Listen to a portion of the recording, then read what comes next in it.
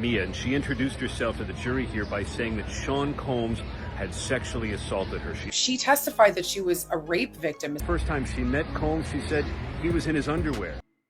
What happens when a celebrity's name carries enough weight to allegedly halt a police investigation? In this gripping courtroom drama, Diddy isn't just facing rape allegations. He's also up against disturbing claims that his influence runs deep within law enforcement.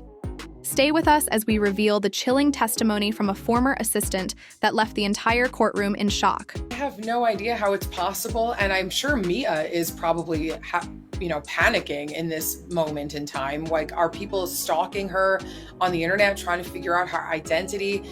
She testified that she was a rape victim, essentially. There's rape shield laws that exist to try to protect people in her position. And so this is really getting very nerve-wracking probably for her and just absurd for the courtroom. Yeah, this testimony today was from a woman who was testifying as under the name Mia. The judge said this is a pseudonym and that no one was to record her. She was, they wanted to keep her anonymity. It was the deal with the prosecution. But she was talking about, she is a former assistant of Diddy's, and talked about a 2010 incident where Diddy and Cassie found out that Prince was having this private house party. Diddy didn't want to go. He was staying home and said that Cassie should not go. But Cassie was at home with Mia, and they talked about it and decided they were going to go. So they went to the party. She says they were having a great time watching Prince perform on a dining room table. And then suddenly she saw Diddy walk in and was terrified. And she grabbed Cassie, and she said they ran out of the party. They ran across the street. They are hiding in a wooded area behind some bushes. But Diddy found them and grabbed Cassie, she said, and started to assault her when suddenly one of Prince's security guards ran over there and had to pull Diddy off of Cassie, separate them, and that was the end of that violence for that particular evening. But the way she described it on the stand, it really sounded like a movie playing out, and you could really see, envision what was happening that night in 2000. Who is Mia, and why did her testimony send shockwaves through the courtroom? Known only by a pseudonym to protect her identity, Mia worked as Diddy's personal assistant for 8 intense years, a tenure she described as anything but ordinary. For nearly a decade, she had a front-row seat to one of the most glamorous yet high-pressure worlds imaginable. But behind the glitz, Mia revealed a world shrouded in darkness that no one ever saw. According to Mia, working for Diddy wasn't just demanding, it was all-consuming. In her own words, her life became his life. Her responsibilities went far, beyond managing schedules or booking travel. She was entrusted with safeguarding Diddy's image at all costs, a role that, she testified, involved lying, intimidating others on his behalf, and sometimes covering up behavior that left her deeply shaken. Mia recounted moments when Diddy's temper exploded into loud, chaotic outbursts, often directed at those closest to him. The tension in the courtroom was palpable as she spoke. The jury wasn't just hearing about a difficult boss. They were witnessing the portrait of a world ruled by fear, control, and constant intimidation. Control became a defining theme in Mia's testimony. She painted a vivid picture of a day when Diddy accused her of talking to a guest at an event for too long, a tirade so intense that her voice still trembled recalling it. She alleged that personal boundaries simply didn't exist under his employment. Every part of her life was subject to his scrutiny. Even private moments weren't safe, with Mia describing calls and tracking at odd hours, enforcing his authority relentlessly. Experts on workplace abuse often highlight how this kind of behavior creates an emotional environment designed to crush rebellion and silence complaints. Mia's story starkly illustrated how impossible it becomes to challenge such power dynamics. Testifying against a figure as powerful as Diddy was no small decision. The courtroom felt the gravity of it as Mia choked up, describing the difficulty of speaking this truth aloud. It was a courageous step few would dare to take, especially against one of entertainment's most high-profile names. Her words forced the room into stunned silence, broken only by occasional murmurs of disbelief from the gallery. But the real shock came when Mia shifted from what she had witnessed to what she had personally endured. At that moment, a chilling unease swept through the courtroom. Everyone knew they were about to hear far more than they had expected. And Then, Mia began to reveal personal allegations that would grip not just the jury, but the entire public. Mia, and she introduced herself to the jury here by saying that Sean Combs had sexually assaulted her. She hasn't testified about it yet. Instead, she's talking about times she said she witnessed violence against Cassie Ventura, the time she said Combs slammed her head against a bed and drew blood and left a gash in Cassie Ventura's eyebrow, the time they attended a party against Combs's wishes at Prince's house when they danced on plexiglass covering the pool Prince performed. But then Combs arrived, chased them down, and was about to attack Cassie when she said Prince's security intervened. She also, this woman Mia, gave the jury a sense of what it was like to be his personal assistant. What I find more troubling and less likely is if this video is being sent by random people on the internet, and that's what they want to proffer as evidence in this criminal trial, I find that hard to be admitted. If they could track the video from one person who can confirm the identity of the person, and then it can be used for impeachment evidence, that's different. But random people on the internet sending videos, that opens the door to a can of worms. Well, I mean, Tyler, they would have to authenticate it, make sure it's real, and couldn't they theoretically be able to use it? They could theoretically be able to use it, but it seems like they're trying to use it right now when Mia's going to get put back on the stand. I haven't heard of any witness to authenticate this video yet. They're just talking about displaying this video. That's what seems to be a little odd to me. The first time she met Combs, she said he was in his underwear. And then the first day on the job, she said she didn't sleep because she was made to go to his house, to his recording studio, to an apartment. She also said that she worked sometimes 5 days in a row without sleep and was made to do everything from anticipating his moods to cracking his knuckles to doing his taxes to standing there 22 hours a day doing nothing. The moment Mia began recounting her experience, the entire courtroom atmosphere shifted. Her voice trembled as she introduced the darkest chapter of her time working under Diddy, an alleged rape that she claimed took place behind closed doors. She described the lead-up as a calculated isolation, alleging that Diddy engineered situations where she felt coerced into compliance. On that night, Mia said she was summoned to his private quarters late, under the pretense of discussing an urgent work matter. What followed was a nightmare she had buried for years. The courtroom fell silent, the air heavy, as Mia painstakingly unraveled the events. According to her testimony, Diddy's demeanor was menacing, leaving no room for refusal. She recounted how every instinct screamed at her to leave, yet the overwhelming power imbalance left her frozen. As she spoke of the moment the alleged assault occurred, some jurors visibly winced, while others jotted notes with somber expressions. The prosecution made no effort to soften the impact of her words, letting the rawness sink in. Each detail painted a harrowing picture of fear, coercion, and absolute dominance, a dynamic Mia said defined their entire professional relationship. The intensity of her testimony was underscored by the reactions it provoked. A woman in the gallery quietly wiped away tears. Meanwhile, Diddy sat rigid, avoiding eye contact, occasionally glancing at his lawyer, but mostly staring somewhere between the floor and the corner of the room. The strained expressions of everyone present reflected the gravity of Mia's allegations, a complete dismantling of the glamorous, untouchable image that often surrounds a celebrity of Diddy's stature. Experts who study trauma note how recounting such experiences publicly can re-traumatize survivors. Mia seemed painfully aware of this. Though her voice shook, it grew steadier as she continued. The prosecution framed her allegations as part of a broader pattern, suggesting this assault was not isolated but emblematic of Diddy's systemic abuse of power. By bringing Mia's voice to the forefront, they highlighted what they argued was a long history of exploitation cloaked by wealth, fame, and influence. One moment stood out, silencing even the faint rustle of papers. Mia broke down, describing how, afterward, Diddy acted as if nothing had happened. That cold disregard, she said, compounded the trauma, not just the act itself, but the cruel implication that her pain was irrelevant. The courtroom remained still for several seconds, a pause that stretched far longer than it seemed. Meanwhile, Diddy's composed facade began to crack. Observers noted subtle signs, a clenched jaw, rapid blinking, small betrayals of the confidence he once exuded. But Mia's testimony was far from over. as she hinted at horrors involving others. The prosecution prepared to expose what she claimed to have witnessed happen to Cassie Ventura, an upcoming revelation that would only deepen the unease gripping the room.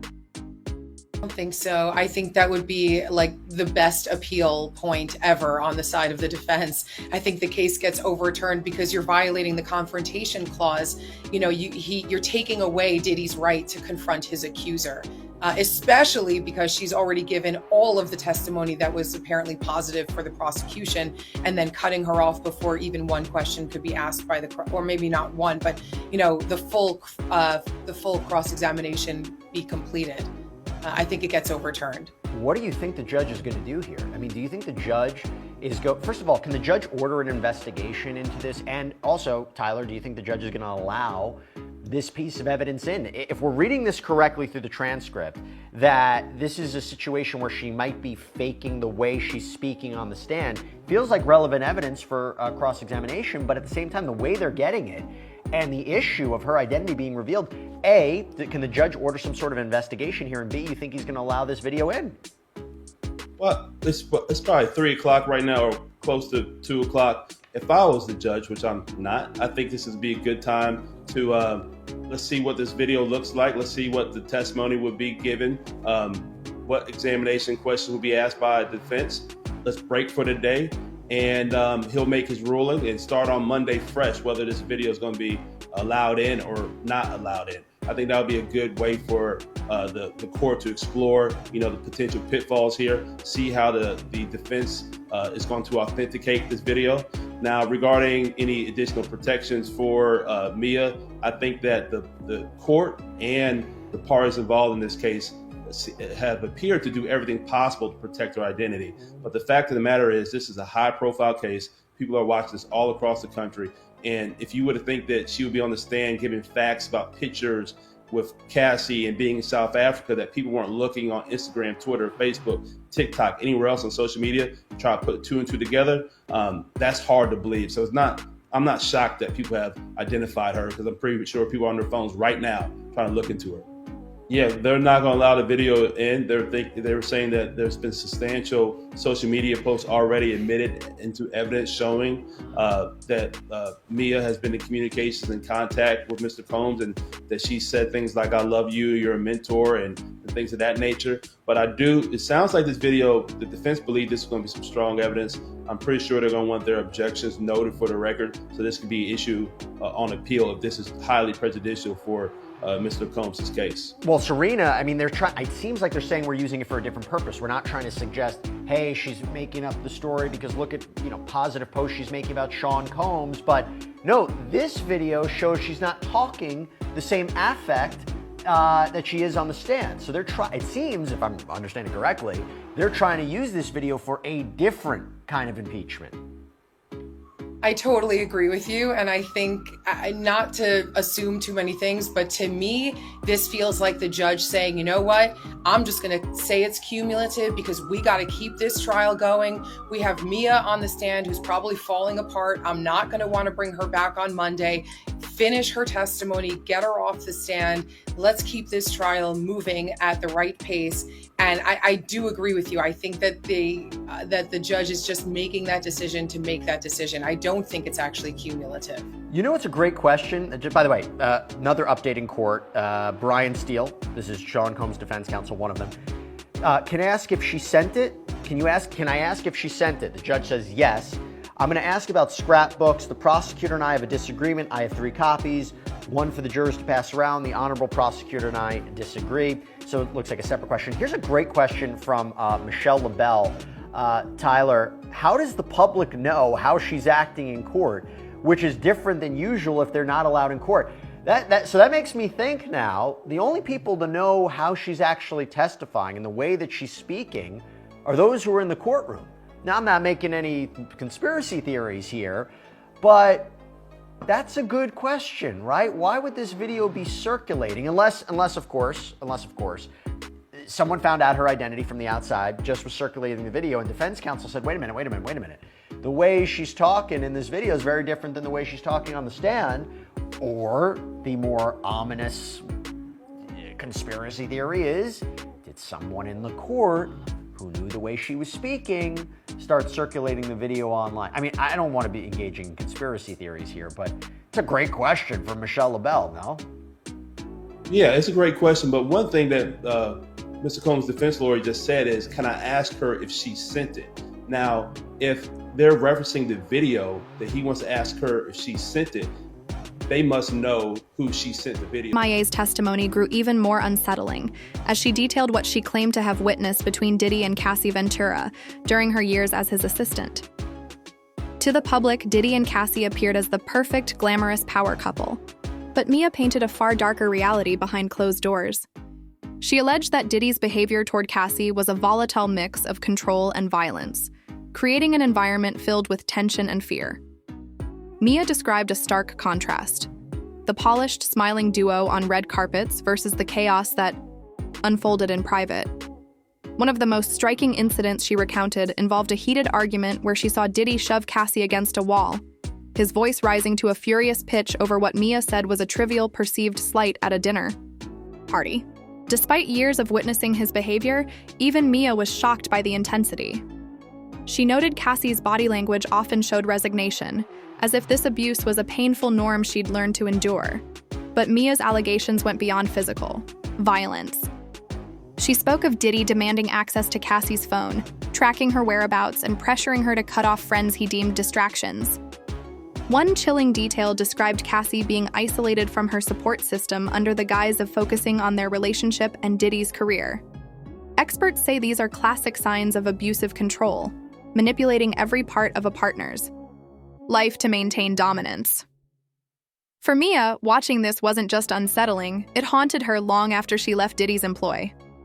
She confessed that fear of losing her job had kept her silent, but now felt compelled to speak out, not just for Cassie, but for others trapped in Diddy's sphere. The most harrowing moment came when Mia recalled overhearing screams from a locked room where Diddy and Cassie were arguing. "No one should ever be spoken to, let alone treated like that," she said, visibly distressed. The prosecution used this emotional testimony to highlight a pattern of abuse and control defining Diddy's relationships, one where power was wielded like a weapon at every turn. As Mia spoke, the courtroom gallery sat tense and motionless, while Diddy's increasingly stoic demeanor sharply contrasted with the emotional weight of her words. Details of Cassie's story had already started, circulating publicly, but hearing it from someone claiming direct knowledge deepened the courtroom's unease. And with this, Mia's testimony began to connect to even broader claims that Diddy's influence and power reached beyond personal relationships, extending deep into institutions like the LAPD. They said random people earlier. They may not be trying to show their whole hand here. If Mr. Combs knows Mia clearly, so he knows how she acted when she was with him versus how she's acting now. The defense has offices, and they have associates and other people who are on the outside who could be investigating, trying to collect evidence that could be used to help Mr. Combs in real time. Now, do I think somebody there is a plant who's a reporter or something helping the defense? No, but this is a high-profile case. She's testifying. To think that there aren't people on the outside who have interest in this case, whether as associates, employees of either side of this case, would be foolish. Got a question from Laya. This is a question for you, Serena. Did Mia get exposed?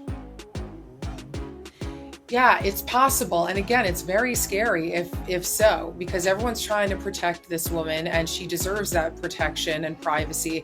But as we've been saying, it is still a somewhat public trial. There are going to be not only people in the courtroom, but online sleuths. I mean, even the court drawing, though her face is blurred out, we can tell her race, we can tell her hair color, we can tell her stature. And, there are probably going to be people, maybe not in Diddy's inner circle, but maybe even in the second or third degree circle, who know who this woman is. And so to think that she has complete anonymity in today's day and age with, online sleuthing and just the ability to find things out about people, it's just so easy today. So I do think that someone figured out who she was. I'll get a question from Melissa Budas. This is for you, Tyler. Didn't the previous witness, the stylist, so Deontay Nash, confirm a lot of Mia's testimony? He confirmed a lot of her testimony, and everybody at the prosecution is calling as witness. Their testimony is meant to build on each other. Think about the witnesses that led up to Kid Cudi testifying. Then you had Deontay Nash, who testified a couple days ago, and now Mia, who's testifying now. So the prosecution is not calling witnesses, and they're going to be surprised at what they say. They have an idea of what they're going to say, and they want to present this case methodically in the way they want. That's the whole point of planning for trial and presenting your case in a way that's going to be effective. Could a name alone really stop the police in their tracks? That's what Mia suggested as she testified about Diddy's alleged influence over the Los Angeles Police Department, a claim that sent a ripple of unease through the courtroom. According to Mia, Diddy would casually brag about protections his celebrity status afforded him, protections most people could barely imagine. She recounted how he spoke with a confidence bordering on arrogance about contacts in law enforcement, implying that any trouble could simply disappear with a phone call. This allegation added a chilling new dimension to an already explosive trial. Mia claimed that during disputes, especially after violent outbursts, Diddy reassured those around him, saying he had relationships in place to handle any fallout. At one point, she recalled an incident where a neighbor threatened to call the police over noise from one of his parties. Mia alleged Diddy dismissed the concern outright, saying, "The LAPD won't touch me. They know who I am." While this quote hasn't been independently verified, it struck a nerve in the courtroom, forcing the jury to confront the gravity of his alleged influence. If true, these claims create a dangerous dynamic, an environment where victims might feel powerless, believing justice is out of reach. Legal experts note that in cases involving celebrities, the perception of influence alone can silence victims and witnesses. Even absent direct corruption, powerful figures often leverage their status to intimidate those with less power. The prosecution faces a steep challenge, proving influence that operates subtly through offhand comments and personal favors with no clear paper trail. The defense can, and likely will, argue these claims are speculative, casting doubt on whether Diddy's name could truly sway police action. Yet during Mia's testimony, the jury appeared engaged. Several leaned forward, their expressions shifting between curiosity and unease as they took notes. Mia also described how this alleged influence emboldened Diddy's behavior and made those around him, including herself, reluctant to speak out. This tied directly into the prosecution's broader narrative, a man whose wealth and connections allowed him to evade accountability for years. One moment stood out. When asked how Diddy's power shaped her decisions, Mia paused before quietly saying, "I didn't. Think anyone would believe me? Not against someone like him?" The vulnerability in that moment hung heavy in the room, underscoring the trial's stakes. If Mia's claims hold true, the implications are staggering. A level of unchecked power stretching from personal abuse to institutional sway that could reshape the entire case. The prosecution signaled these allegations were just the beginning, hinting at other witnesses who might expose the same web of influence. What comes next could determine if the jury sees Diddy's power not as mere celebrity privilege, but as an unchecked force that enabled the alleged crimes to continue. I know that there was a overlap of testimony regarding trying to intervene when Sean Combs allegedly was attacking Cassie. One of the few times we ever heard anybody do that, but that Mia tried to step in, he tried to step in, he mentioned Mia. Serena, we got a question here from Green Yoshi once again. Is there another color Yoshi? I gotta play Super Mario 3, I don't remember. All right, what is being done to protect the jury in terms of their identities post-trial?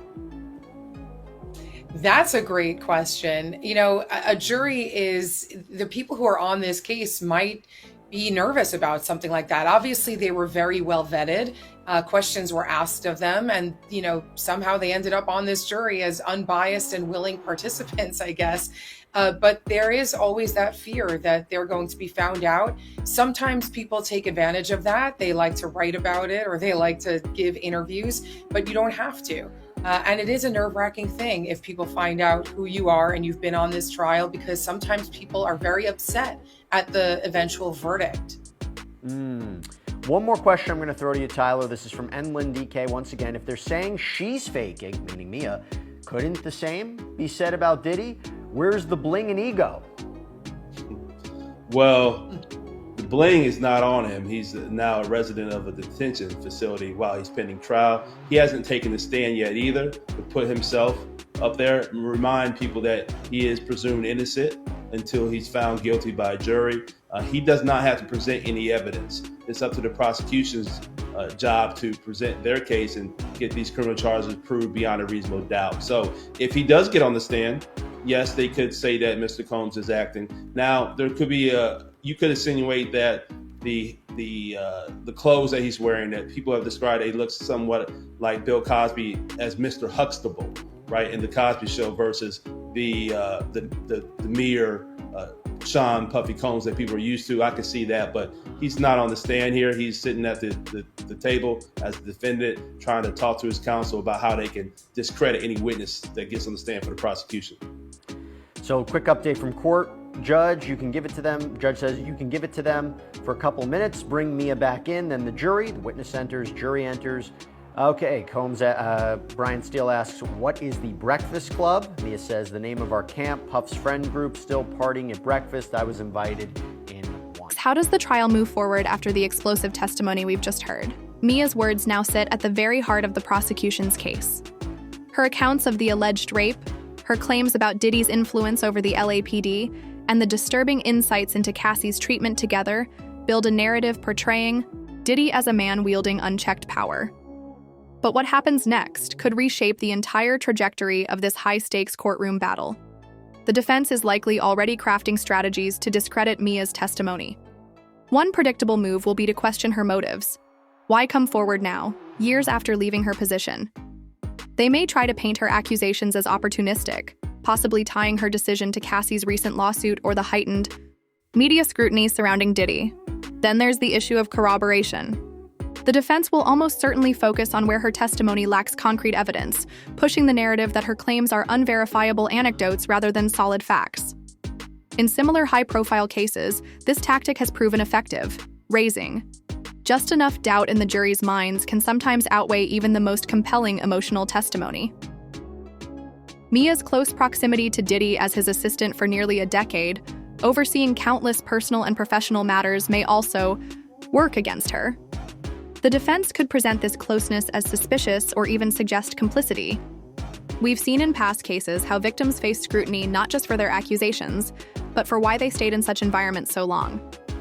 It's a delicate and risky angle the defense might exploit, even if it risks alienating the jury.